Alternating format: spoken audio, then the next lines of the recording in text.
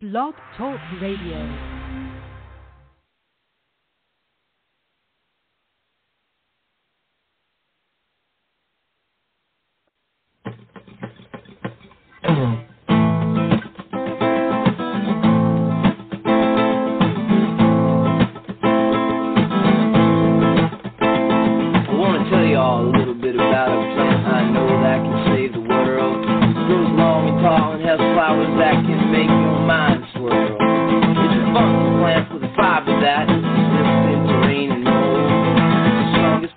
Been known to man, the best rope you'll ever hold. Well, the pioneers covered up their wagon trains with the canvas made of hemp. And Washington and Jefferson grew it on their farms so to make the most of it. The first stars and stripes were sewn on hemp, the first Constitution too. It's around the world for food, fiber, oil, medicine, and fuel. But if we plant the seeds, we won't have no need for any other oil. We can make paints and inks, run our car, we'll go back next season, it'll fix the soil. The most nutritious seeds we can put in our mouth with omega-6 and 3. We can feed the world with the tree of life and live sustainably. Greetings and welcome to another Hemp episode of Hemp Aware Radio. This is your Hemp-spirational host, Tyler Hemp, ready to share with you the top 10 reasons to continue farming hemp in the countries that it's legal to do so. And we're also going to discuss many other reasons why we feel that it's essential to start growing hemp in the United States, which is the only industrialized nation in the world that is not currently growing hemp for food purposes, shelter, clothing, and the other 25,000 uses of hemp. So what's on the agenda for today in this hemp episode is essentially we're bringing on a very special guest, Charles Holmes of Hemp Co. Canada and Conscious Planet, which are two stellar world-class companies out of British Columbia, Canada. And the reason why I've chosen to bring Charles on today is because of his knowledge, his experience, his expertise in the world of hemp farming, hemp nutrition, hemp distribution. And so we're really excited for this episode today to raise the awareness about industrial hemp, about growing hemp, the practices, what it takes to grow hemp. Is it easy? Is it hard? Is it something a lot of people can do? Is it good for the economy? Is it bad? What's up with it? So as you may know, Hemp Aware Radio is committed to sharing the most essential information, tools, knowledge, and products that are all made from the cannabis hemp plant. And our vision and purpose is to spread seeds of awareness about these benefits and values and these different uses of hemp so that we can literally experience a paradigm shift on the planet on how we think, how we feel, how we operate from top to bottom in every aspect of our lives. And so if you're committed to spreading the knowledge and the truth about raising the awareness of hemp and you want to help, raise the conversation, there's a quote that my friend shared with me the other day: the conversation leads the nation. So it's what we're talking about, what we're thinking about and sharing with one another that's going to make the difference and create those changes that we want to see in the world. So if you want to raise conversation and wear hemp clothing and eat hemp foods, there's something else you can do with the Hemp Aware Verified program and start wearing Hemp Aware stickers and Hemp Aware buttons to let people know that you are aware and that you want to spread this awareness.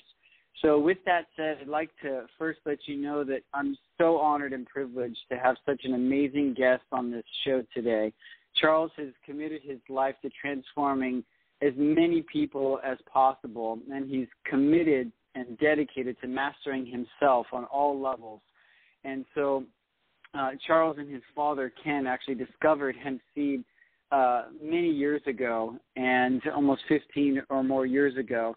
And they discovered that it's literally the most optimal protein, and it has the most amazing source of healthy fats, essential fatty acids for human consumption. And so the Holmes family became pioneers in delivering the first hemp seed protein powder to the market, and also over the years has developed some of the most amazing products. So now over the last 15 years, Charles has gotten better and better at bringing these magnificent jewels of life from seed to field to product while maintaining the quality, the integrity, and the best thing of all is it's hemp. And hemp is possibly the ultimate food, as we said, for human consumption. So thank you so much for joining us today, Charles. It's an honor and a privilege to have you. And we're going to go into the top 10 reasons to continue growing hemp and why we should start growing it in the U.S. So thank you so much for joining us, Charles. Oh, thank you, Tyler. I am honored as well. It's wonderful to be on the journey with you, and thank you for the opportunity to share some information, and hopefully it flows out there into more hands and hearts and gets more hemp in the field. Exactly. So we only have about 25 minutes left to empower our listeners. So we're going to try to get to these questions efficiently as possible and quickly as possible. And we may have a follow-up show if we need to, but no, you're an entrepreneur, and you may not necessarily be putting the seeds into the ground yourself, or maybe you do, but I do know that you have a wide view and a wide knowledge of a lot of the different aspects and the different steps that are required to bring these powerful hemp seeds and hemp nutrition to ultimately millions of people. So with your knowledge, would you say that hemp farming is actually beneficial to the soil and to the land? We'll start there. That's a really good question. And, you know, the bottom line as I see it, when we're growing en masse the way we do with and forcing soil to do things and have one crop in it for a large spread of acreage, it's hard on the soil in general. And we have to spend a lot of time building soil and putting things back in there to help get it back up so it can keep filling those needs. Just like our body, if we put it through a bunch of stress, it needs more nutrients and things to take care of that stress. But hemp is unusual compared to most plants because it doesn't take so much out and it does put a lot back in at the same time. And that's what's really neat about it. You know, like alfalfa grows really deep roots, so does hemp. So when the plant is harvested, a lot of it goes back onto the field and into the soil to replenish itself. Interesting. So it's a self-regulating or self-improving system where you're saying the leaves actually fall to the ground and they have certain nutrients to help boost the nutrition of the soil for future crops? And the roots, too. The roots, when they grow these deep roots, they, of course, they don't get pulled up when the seeds are harvested. They stay and they rot. And the bugs and the worms and everything eat at it and make it into new soil, right? Very good. Okay. So hemp farming essentially is beneficial for the land. I mean, we've seen monocropping, like you were saying, where different farmers will farm thousands and thousands of acres of the same plant over and over, and that can tend to destroy or denature the soil and dry it out or kind of destroy the soil over time, which then makes it not very farmable for future crops. But you're saying hemp is different in that the root system goes deeper, the leaves are fixing nitrogen into the soil, and so it's actually setting up a breeding ground or a hotbed for other crops, or including another hemp crop. Can you actually grow hemp over and over on the same land, or is it something that you would need to rotate? You would still need to rotate, but in general, you can. It depends on the farming situation, the farmer's inputs back into that soil. You could technically, in my opinion, farm every year in the same place as long as that soil got everything it needed that was taken out the year before to replenish itself and give back to those plants what they needed to be healthy and do what they need to do to produce what they do, right? So there's several variables. Of course, you got climate conditions, you got the soil you start with, you got the replenishment, you got the type of action that the plants are doing within the soil and its environment. So that's why there's a lot of challenges you see as of late with conventional farming and weeds. And even organic acres are finding the same thing. All these different kind of weeds are growing up more and more and more because the soil gets more and more depleted. And weeds are herbs. And just like our bodies, we use herbs to help replenish and adjust our body so we can treat the symptoms and build its immune system back up. Well, the soil's doing exactly the same thing, and we forget that. Wow, what an amazing connection that it's like we are in the Bible it says And the Lord God formed man of the dust of the ground and breathed into his nostrils the breath of life, and man became a living soul. So we are symbiotic and one with the soil of the earth. So however well we can take care of that soil is going to determine the health of those plants, just like us taking care of our microbiology inside of our system, it's going to determine our health. That's beautiful. Yeah, it's unfortunately, when most people that walk around in stores and they don't realize where stuff comes from. And, we tend to take for granted throwing stuff away, garbage away and things like that, and don't realize where it ends up back in our food chain. Well, with that said, is hemp farming something that is safe for the farmer in terms of legality, in terms of actual growth of the plant? Do they have to use toxic chemicals? Is it overall a safe venture for a farmer to start growing hemp? Well, yes, for sure. There's several parts to that. So first off, the only consideration that hemp has right now in North America especially is this legal consideration, which is based on agendas of bureaucrats, unfortunately, and politicians. Because the hemp plant itself, compared to any other resource out there, is amazing for us as humans. Thousands of recorded uses, amazing food, amazing fiber, can make fuel products, all of that. But if let's say you're in the oil industry and you don't want a competitor and you got a bunch of money, you can buy off politicians who can put in silly rules to say, it's a drug, which is ridiculous if you consider how many people die every day from meds and alcohol and things like that, which they control as well. So the bottom line is, the growing hemp is going to be far better for us in many ways than most crops. But again, we're also not going to eat one thing. So we have to really consider our relationship to that soil. It's really so important. But the plant itself for farmers and growing is amazing profit potential, amazing food potential, amazing sustainability potential for us.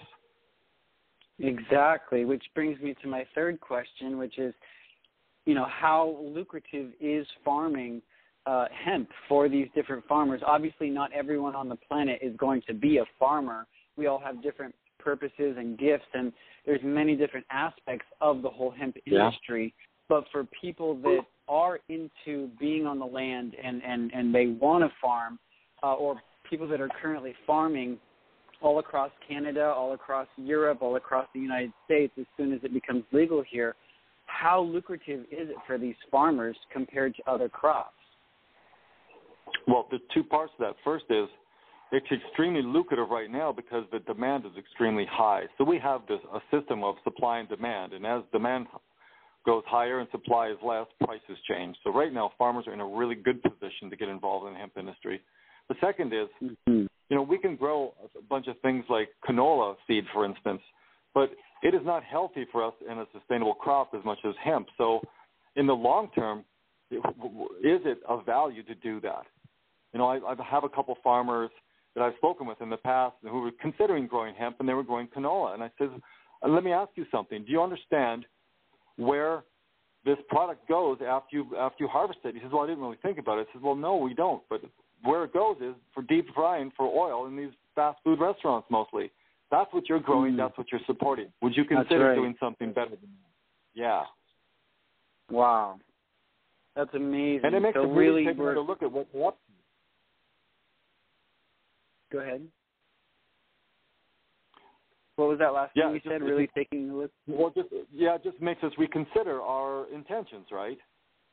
Yes, and really take a holistic approach to how we're not only healing our own internal ecosystem, but our ecosystem and our environment. And this is an amazing, profitable, safe plant that people can start looking into all over the world, especially in countries that it's legal to grow.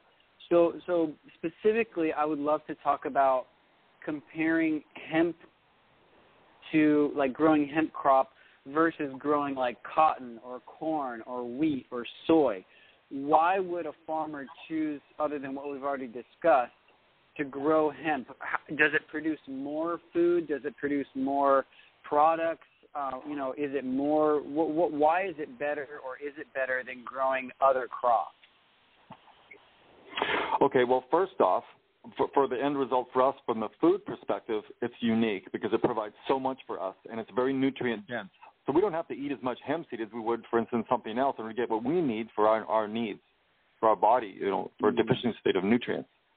Second is it can be a dual crop because not only can you harvest the seeds, but you can harvest the fiber from the stalks, which can produce thousands of different things, from rope and paper and clothes to car parts to anything you can imagine, because if it's the longest, most durable fiber on the planet.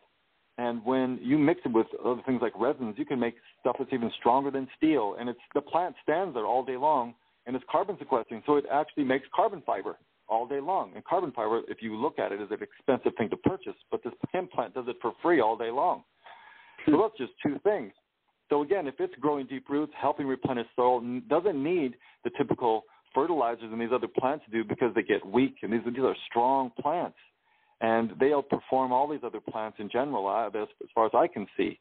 And so it has so many other things going for it, and it's rich with its ability to provide us as humans things that we require to have a convenient, comfortable life and grow with all the things we do. So, yeah, it's every single facet. I don't see any ways that is really hurting us. Right. And not only that, but to mention, this whole idea of how much water is required to grow cotton versus hemp. Like, isn't it staggering amounts less that we actually need the Earth's resources to grow this plant? Correct, yeah, because hemp can grow deep roots. It can take water from many different levels, whereas, something like cotton, for instance, it's got a different root formation. And, yes, it's because, again, people have been growing the cotton on the same land over and over and over again. The plant, the soil gets really depleted, so they tend to have to add more fertilizers, and the plant's immune system gets weaker and attracts more bugs, just like our body. If we have a depleted immune system, we start picking up viruses and bacteria very easily, or parasites. The same happens with these plants. So now they start spraying them with weed killers and things like this, and to help overcome this. So it just becomes, a cascading effect in the wrong direction of how to work with our land and our plants and stuff to supply us what we need. Wow. So my fifth question is, has it already and will more hemp farming boost the local and global economies? Absolutely. I have no doubt in my mind. Finally, the people who are these bureaucrats are starting to realize, with more pressure from us, that their decisions to keep holding us bound to these silly rules of legalization and putting in a drug category right beside cocaine and heroin is a little bit insane. Because it can provide so much for us on so many levels. Yeah. I mean, just going for fiber, for instance. The amount of fiber that can be produced on an acre of hemp compared to trees is 4 times the amount. Wow. That's amazing. So with that said, does a farmer have to actually treat the soil differently if he's growing hemp for food product and seed versus if he's growing it for fiber product and rope and twine and fabric? Yeah, good question. Yes, because the hemp seeds, when you grow the shorter plants for food like we do, the taller plants, they can grow 15, 16 feet in a season that they grow for fiber. And they usually harvest them before they're totally ripe and the seeds start to produce. So they get the nice soft fiber on the outside of the plant. But for us, we're growing these short little stocky plants that are tough, and they're going to use different things out of the soil, and we go right to ripeness, so it's going to use more nitrogen and things to help feed those seeds what they need to feed us. So, when we look at a soil after that, it needs certain things in a different way. So we have to test the soils and be kind to what it needs to produce the next crop. Which we'll get into that in just a moment on what you're doing to maintain the quality and integrity of the seeds. But the next question is, what has been the biggest challenge that you've experienced in working with hemp farmers? Good question. The biggest thing is our ignorance. I'm finding most farmers do not know how to grow anymore. They've been so under the thumb of the big pharma chemical companies and how to do things a certain way, and government regulations and things like the Canadian Wheat Board and cornering these people so they can't go into different markets, and they get caught up in all these regulations and bureaucracy, and they don't know what to do anymore. They don't even know how to work with soil. They got 2 and 3 generations of families that really, really have a challenge to even figure out how to grow things properly anymore, and then they're scared. That's the biggest thing. The second is just re-educating and breaking those boundaries, and trying to get the youth back into the fields. I mean, most of the farmers are also old. They've got 1 and 2 generations of children beneath them that are living in cities now. They're not going out to the farms anymore and growing. And then you see these big farming operations starting up where they're buying up these smaller farms over and over and over again, getting thousands and thousands of acres, growing these big multinational corporations that they take a lot less consideration on their soil than these guys did, for sure. So it's just I have a feeling that there's going to be a whole new generation of children that are going to recognize the importance of getting their feet and their hands back into the soil, so that we can be more symbiotic with our nature and with our environment, but also with the foods that we're consuming. Understand, nowadays children don't even know, an apple from a tomato. They don't know where it comes from, how it's grown, what's required for it to be grown and harvested. And so I have a sense that there's going to be kids coming up that are wanting to get in touch with nature more, and these are the farmers of the future that we're here to inspire and to encourage to follow their highest excitement and their dreams to be able to do this farming. So with that said, what's the best thing about working with hemp farmers?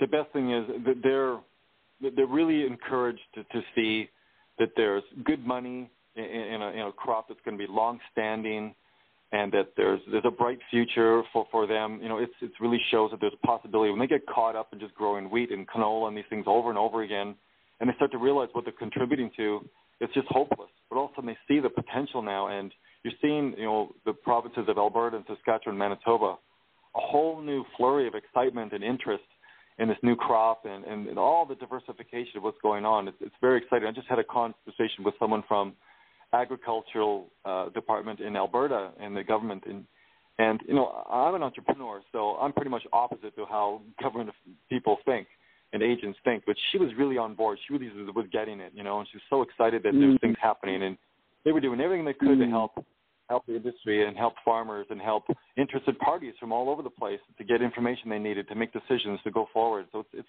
really, really fun. Wonderful to see. That's great. Yeah, get them involved. Well, yeah.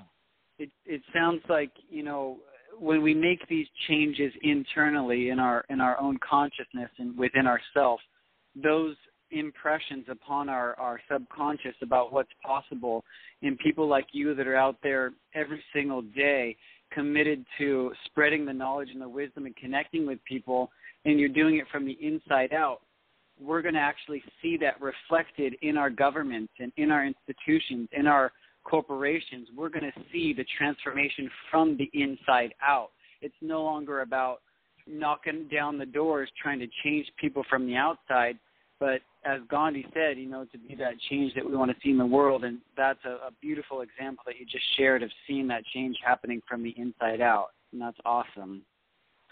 So we just have a couple minutes left, about 6 minutes left, and I have 2 last questions that deal more specifically with the importance of consuming organic, conventional seed, because I know a lot of people are very conscious of what they put in their body, and they only want to consume organic or wild or local foods. So what is the distinction? Is it important that people only look to organic seed, or is it okay to consume conventional seed? What's your take? Yeah, that's a really important question. So in my opinion, the bottom line is there really is no such thing as organic anymore in North America that we could even consider. We have so much cross-contamination. We have so much air pollution and water contamination. We had 3 years ago at our Canadian Hemp Trade Alliance, one of the government officials from Health Canada said there was no such thing as organic in Canada. I mean, only up until now, we were not allowed to even test for chemical residues. That's how much they knew the challenge was organic certification over conventional. Now, it's not to say we don't do our best Yeah, it's not to say we don't do our best to go and keep buying and growing organic foods. But organic has an idealism that we have to address. So when we look at Rudolf Steiner and biodynamic growing, in my opinion, that's the ultimate. But how do you do that on 1,000 acres? A farmer cannot afford to do it. There's something in between we can do. And here's what we discovered, and we call it SAFE, Sustainable Agronomics and Food Essentials, where we take the same premise, where we're putting living things back in the soil and energetic treatments such as enzymes and bacteria and fulvic acids and humic acids, and we can mix those with a small amount of these fertilizers like nitrogen and things like that to put it back in the soil with ease and grace and not hurt the soil and actually drive it into the plants much easier, just like we would take supplements in a health food store. So we can get small amounts of the stuff that gets way better utilization by the soil and the plants at the least expensive rates that we can do to make it viable for everybody. But the plants do so much better because they're getting these super nutrients and trace minerals really fast. And the immune system, just in my last test for one of my farmers who did a before and after of his seeds from his crop, the immune system in the plant doubled just in 1 year of doing it this way. So in my opinion, just like the body, they're living in the same environment. It's a polluted environment. We all know this. It's obvious. We have a big challenge with this. So what do? We have to supplement with extra nutrients to overcome the deficiency state, and we must get rid of the toxins. So we have to do things abnormally. Instead of just growing food in your garden, it's not enough anymore. We got to do other things to treat our body and our environment to make it more balanced. We do this with the soil. We're getting amazing results. So it's available to us. So again, do whatever we can to produce organic, clean food as possible, the super nutrients added to the soil and to our food chain, and our immune systems boost, their immune system boost, everybody goes up and toxins are released from our system easier. So yeah, I mean, I don't know about you, but we all change the oil in our car and do filter changes, and how many times do we do gallbladder and liver flushes to clean out our filter organs? Because they're full of stuff. Wow, that's profound. So depending upon how well we take care of the soil, I'm on the same boat. I almost look at organic as, it's only one little tiny aspect of what's behind a food or a crop. I prefer to get all my produce from local farmers that I know, they're putting minerals and like you say, healthy bacteria into the soil, and they're making sure to use spring water and water that's not treated with harsh chemicals like fluoride and chlorine, so that it's getting structured water into the plant structure, and that's going to reflect in our own health. Supporting food, not the ideology, because you can't just do crop rotations anymore. It's not enough. Soil is depleted. That's the bottom line. Whether it's organic or conventional, we still have to address this issue, Tyler. And if we don't, we'll look around us. Is there more sick people or less than before? Is there more hospitals or less than before? Is there more medications and treatments and doctors? Yeah, exactly. Well, that's beautiful. And one more time, what does SAFE stand for again? Sustainable Agronomics and Food Essentials. So we are now involved in specifically educating our farmers on how to build soil, and how to apply themselves to even grow above organic. Can we call it dynamic? No, it's not that level, because that would be another ideal. We don't have the ability to do that right now because we're in just such desperate need of these nutrients in the soil. So we're looking, again, to get it as fast as possible into a harmony. Well, that's beautiful. Thank you so much for being on the show today, Charles. We have about 45 seconds. This is your hemp host, Tyler Hemp, with Hemp Aware Radio.